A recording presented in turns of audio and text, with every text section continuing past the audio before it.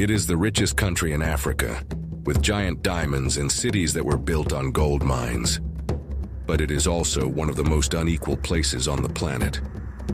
Oceanfront mansions with infinity pools and private yachts coexist just a few meters away from shantytowns, where millions of people live without running water. A nation where tribes still exist, with ancient traditions in which thousands of virgins dance scantily clad around their king. That country exists, and it's called South Africa. Sit back, open your eyes wide, and hit like, because in this new video from Uncensored World, we are going to discover the most extreme side of Africa, and how a man sentenced to life imprisonment ended up becoming president, changing the course of history. Let's get started. At the southern tip of the African continent lies South Africa, where the land slopes down to the ocean, and two seas collide with force off the rugged and wild coastline. It is the point where Africa seems to end, but also where many of its stories begin. Its very name does not refer to a people or an ancient civilization. It simply refers to its position on the map. But it was not always so. Long before it was called South Africa, this land was not a single country, but a mosaic of African kingdoms, tribal territories, and trade routes stretching from the mountains to the ocean. But South Africa is not just a point at the end of Africa. It is the African country with the largest white population on the continent. This was no coincidence, and has to do with one of the most controversial systems of the 20th century: apartheid. Understanding how it all began is key to understanding what came after. This legacy was not born of tourism or chance. Centuries ago, Dutch and British settlers arrived on these shores attracted by strategic trade routes, fertile land, and above all, minerals. Many arrived by ship after months of sailing from Europe, not knowing if they would find land or a new life. Some never returned. They did not come to contemplate the landscape or enjoy the beauty of its beaches. They came to extract wealth, and they found it. They found it underground in veins of gold and giant diamonds that would forever change the country's destiny. This is how they built cities on top of mines that would alter the history of southern Africa. The wealth was so great that one of the largest diamonds ever discovered in history was found here. It was so large that it had to be cut into several pieces, some of which ended up forming part of the British crown jewels. Because of these riches, many decided to stay, and these descendants of European settlers began to call themselves Afrikaners, a word that means Africans in Dutch. They were not newcomers. They were Europeans born on African soil who had developed their own language, Afrikaans, and an identity distinct from both Europe and the ancestral peoples of this region. But that new identity did not mean instant unity. For centuries, many African communities such as the Zulus and Xhosas lived in tension with settlers who built cities around newly discovered mines. This is how cities such as Johannesburg were born, not because of their beautiful landscape or climate, but because of a gold rush that attracted thousands of men determined to get rich underground. Improvised settlements grew alongside huge mining operations. Houses, warehouses, and offices were built on the surface. Underground, tunnels grew deeper and deeper, extracting minerals that African peoples had never considered valuable. For many local communities in the region, it was incomprehensible that so many men would spend their lives digging rock in search of shiny metals. But this obsession with gold and diamonds transformed the economy, the territory, and power relations. The mining industry needed abundant and cheap labor.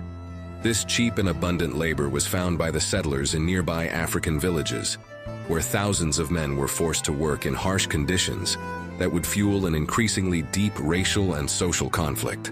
It was the beginning of a rift that would end decades later in a system of segregation known as apartheid, a structure that officially separated whites and blacks and assigned neighborhoods, rights, and opportunities based on skin color. That division marked the urban map of the country. Today, South Africa is the only country in the world with 3 official capitals: Pretoria as the administrative capital, Cape Town as the legislative capital, and Bloemfontein as the judicial capital. But beyond this unusual political organization, the real division is not in the buildings of power. It is in its cities. In Cape Town, facing the Atlantic Ocean, mansions rise in neighborhoods such as Camps Bay and Clifton, with swimming pools that seem to merge with the horizon, private yachts bobbing off the coast, rooftop helipads and security systems active day and night. A few meters away begins Khayelitsha, one of the largest and poorest neighborhoods in the country, a network of tin and wooden houses where thousands of families live with the bare minimum, and where water and electricity are often not guaranteed. A neighborhood that begins a few meters from beaches open to the Atlantic and the imposing Table Mountain, the great natural icon and most recognizable image of the country. The natural beauty is still there, but reality changes in a matter of streets. In Johannesburg, the city that was born out of the gold rush, something similar is happening. Modern skyscrapers, financial centers, and neighborhoods protected by walls and private security coexist with large areas of humble housing that still reflect the division inherited from apartheid. Two worlds within the same city, and that divide did not create itself. It was designed, separated by a few kilometers, by decades of history, and by a buried treasure that is behind it all. The law changed decades ago, as we will soon discover, but the distribution of urban space hardly changed. And just when it seemed that inequality could not be more evident, another threat arrived. In 2018, Cape Town was on the verge of becoming the first major modern metropolis to run out of water. The so-called Day Zero was announced, the date on which public taps could be turned off if water reserves did not recover. One of the most beautiful and touristy cities on the African continent, on the brink of water collapse. Mining wealth, oceanfront mansions, tin shacks, and an entire city waiting for rain to survive. With everything you've seen so far, I want to ask you something. On a scale of 1 to 10, how would you rate this country based on what you've seen so far? At the end of the video, we'll see if you still feel the same way. And if this trip is surprising you, leave your like now, because now we're going to descend into the depths of the earth to discover where its wealth was forged and understand how far human ambition can go. Because beneath the surface of South Africa lies one of the deepest mines on the planet, the Mponeng gold mine, a mine that descends more than 4 kilometers underground, a distance so extreme that if we stacked more than 10 skyscrapers the size of the Empire State Building on top of each other, we still wouldn't reach the bottom. Down there, the natural temperature of the rock exceeds 50 degrees Celsius. Without the enormous cooling systems that cool the air day and night, no human being could stay there for more than a few minutes. Every day, thousands of workers descend for almost an hour in metal elevators into a dark, narrow, and almost unbreathable environment. The air is thick, the heat is constant, the pressure of the ground is real. Life here can end in an instant.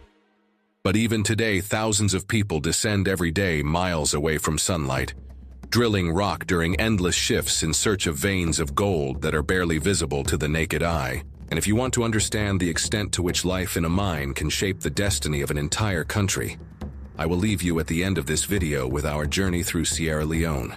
A country full of the largest diamonds, but where many survive on less than $1 a day. In South Africa, the wealth extracted from these underground galleries transformed entire cities on the surface.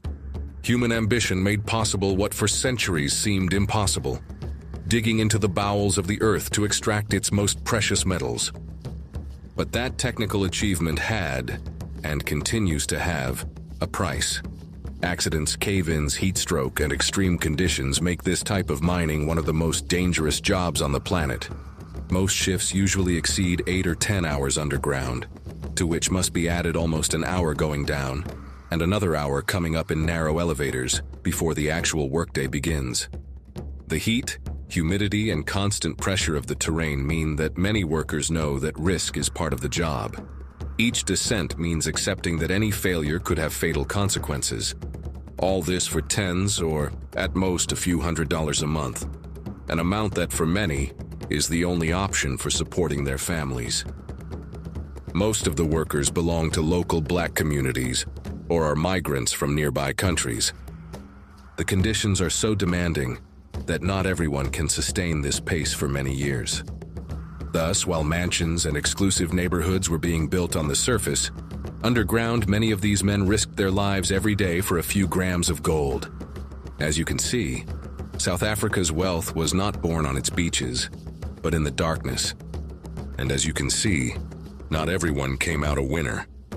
What happened next would change the country forever. For many years, the money that came out of these mines strengthened a white minority that controlled the country's economy, land, and government. While thousands of men descended into darkness every day, a system was forming above that separated people according to the color of their skin. It was not just a social difference. It was a separation turned into law called apartheid. But apartheid did not appear suddenly. It was built on an economy where wealth was already in the hands of a few. Entire neighborhoods were assigned to one group or another. Opportunities depended on origin and skin color, and the money from the mines helped maintain that system for decades. But no system lasts forever, although the price of changing it would be very high. In a small cell on an island off Cape Town, a man was beginning to become the face of the resistance. His name was Nelson Mandela. Before we continue, tell us something. Where are you watching us from today? Mandela's story began long before his name became a symbol. Today, he is a national hero. But he wasn't born that way. He started out as a lawyer in Johannesburg, defending those who suffered under apartheid laws.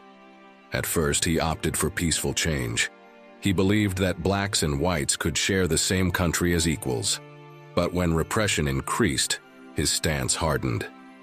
Until, in 1962, he was arrested and shortly thereafter, sentenced to life imprisonment.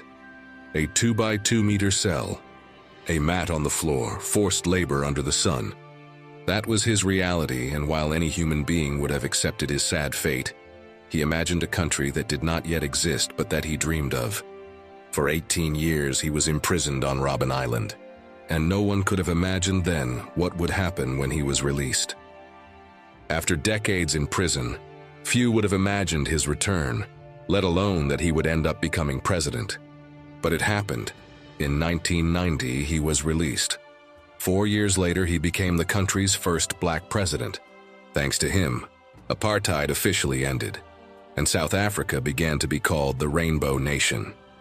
If you are interested in real stories that change the destiny of entire countries, subscribe now to Uncensored World and join us on our next journeys.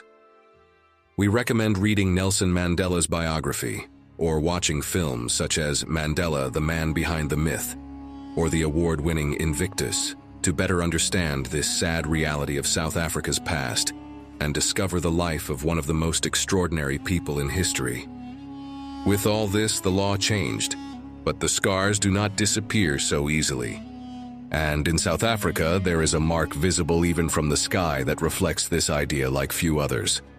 The Vredefort Dome, the largest scar created by a meteorite impact visible on Earth. This enormous mark was formed millions of years ago, when a meteorite the size of a mountain struck this region. Its radius reaches more than 300 kilometers. Scientists estimate that the energy released was 100 million megatons, an impact several times more powerful than the meteorite that wiped out the dinosaurs. When it happened, the Earth opened up, rocks fractured, and the landscape changed forever. Today, this place is a World Heritage Site, a geological scar that cannot be erased. This same territory, which bears the largest visible wound on the planet, is also one of the most important places for understanding our origins. A few kilometers from Johannesburg is the so-called Cradle of Humankind, a group of sites where some of the oldest remains of our ancestors have been discovered. Hominids walked here more than 2.5 million years ago, inventing tools and the art of fire. The origin of humankind and the largest scar caused by an impact coexist in the same country. Humanity began in the same country, and life almost ended there. But South Africa is not just scars from the past. It is also living tradition, because while the country changed its laws and political structure, many communities kept intact customs that have existed for centuries. Among them is a practice known as lobola, a tradition whereby the groom's family gives cattle or money to the bride's family as part of the marriage agreement. For some, it is a sign of respect. For others, it is an uncomfortable negotiation. The value can vary depending on the social position, education, or status of the woman. And although today many families adapt it to modern life, it remains a custom present in large areas of the country. But lobola is not the tradition that generates the most debate. There is another ceremony that attracts international attention every year. Thousands of young virgins dancing bare-chested before their king. And that story deserves to be told calmly. To understand this annual ceremony, it is important to remember that South Africa, beyond its colonial history and political conflicts, is a country with very deep cultural roots. Before the current name and borders existed, this region of Africa was already home to organized communities and tribes with their own rules, initiation rituals, and traditions that are still alive today. In several Zulu and Xhosa communities, the transition from childhood to adulthood remains a special event with its own rules. It is a public ritual before their community that requires preparation. Young men, usually in their teens, go through a period of isolation in remote and potentially dangerous areas, where they must learn discipline, endurance, and responsibility. They must learn to survive in natural environments that can be fatal to those who are unprepared. This is not a punishment or a tourist attraction, but an ancestral rite that marks the moment when they are no longer considered children.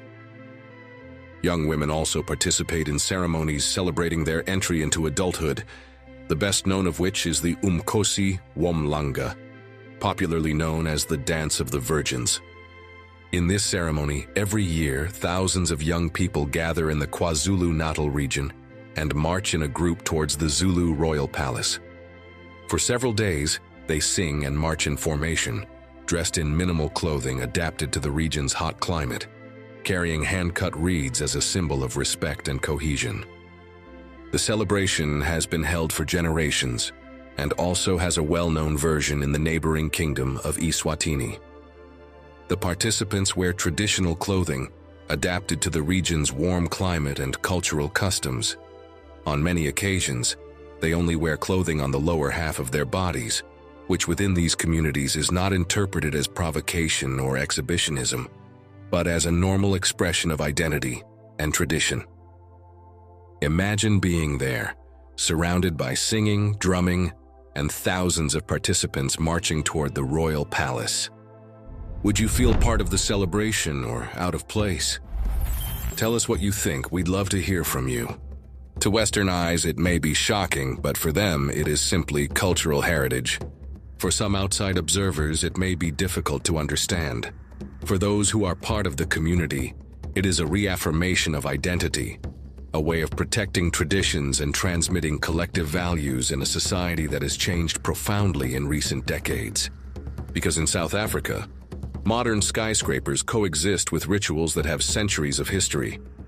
And that coexistence is part of its complexity, because while thousands of young people maintain ancestral ceremonies, the country welcomes millions of visitors every year, attracted by its safaris, vineyards, and endless beaches.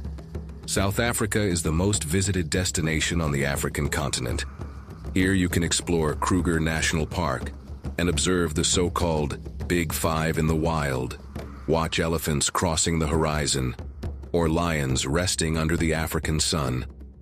On the coast, towns such as Gansbaai have become famous for cage diving to observe the great white shark in its natural habitat, an experience that combines fascination and respect for one of the ocean's most imposing predators. For years, this coast was considered the world capital of the great white shark, being one of the places with the highest documented presence of great white sharks, attracted in part by the extensive colonies of Cape seals that inhabit its shores. In areas such as False Bay, the leaps of these predators out of the water have become an iconic image. But this natural wealth also involves risks, and not all visitors are prepared to understand this. On certain beaches, there are clear warnings and surveillance systems in place, because swimming in some areas may not be a wise decision. and yet millions of visitors arrive every year. South Africa is the leading tourist destination on the African continent and a favorite among Anglo-Saxon tourists.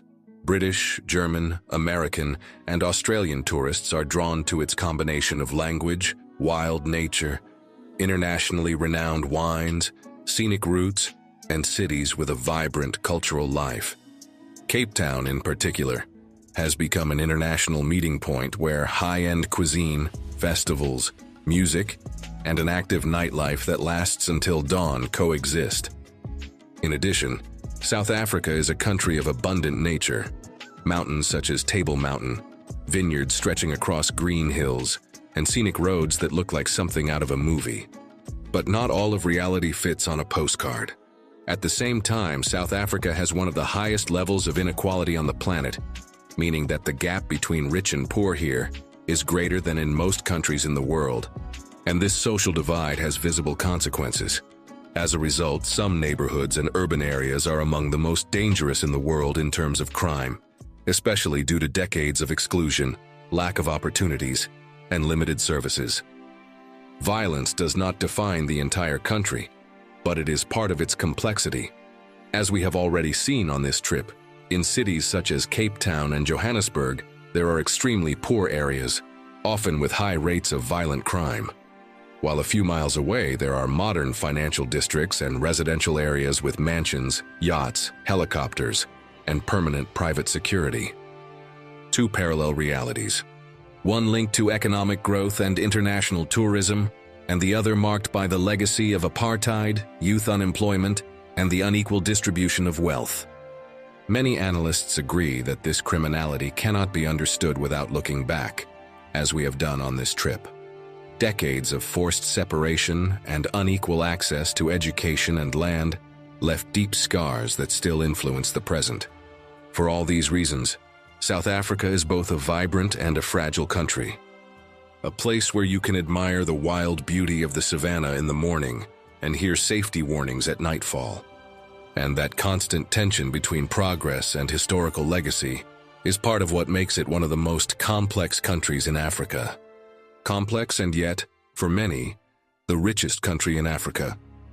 Not only because of its landscapes, its tourism, or its international image.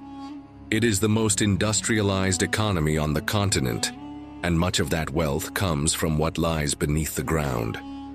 It is the world's largest producer of platinum, with more than 70% of the platinum on the planet, a metal used mainly in cars to reduce pollution, in electronic devices, and in medical equipment. This combination of natural resources and financial development has made the country an economic powerhouse on the continent. But being the richest country in Africa does not mean that everyone feels it in their pockets. The wealth exists, it is real. But as you have seen throughout this journey, it is not always distributed equally. As a result, South Africa has one of the highest youth unemployment rates in the world. Millions of young people are looking for opportunities in a market that cannot always absorb them. It is a powerful country, and at the same time it is vulnerable.